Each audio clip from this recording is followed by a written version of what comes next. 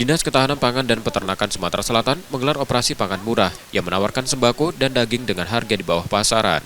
Pasar murah ini langsung diserbu warga yang rela berdesak-desakan untuk mendapatkan paket sembako dengan beras 5 kg dijual seharga Rp74.000 dan minyak goreng 1 liter seharga Rp15.500, termasuk daging ayam.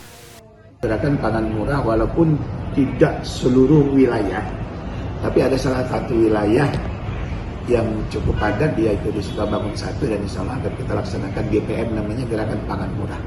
Itu mungkin mudah-mudahan dengan adanya GPM walaupun hanya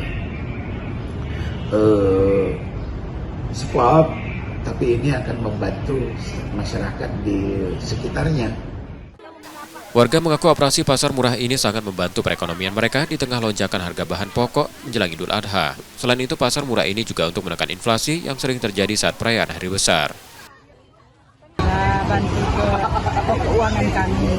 Ya namanya uang cak kami kan, perlulah yang kayak ini. Ibu beli apa tadi, Bu? Beli beras, beli telur.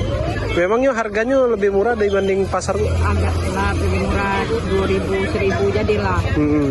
Ini di pasaran memangnya berapa sekarang harganya, Bu? Untuk beras, untuk ayam, Ibu beli apa aja tadi? Telur. Ayam kalau di pasar 26. Sekarang di sini? 24, jadilah 2.000. Operasi pasar murah akan digelar selama beberapa hari ke depan di berbagai lokasi, memberikan kesempatan bagi warga untuk memperoleh kebutuhan pokok dengan harga terjangkau.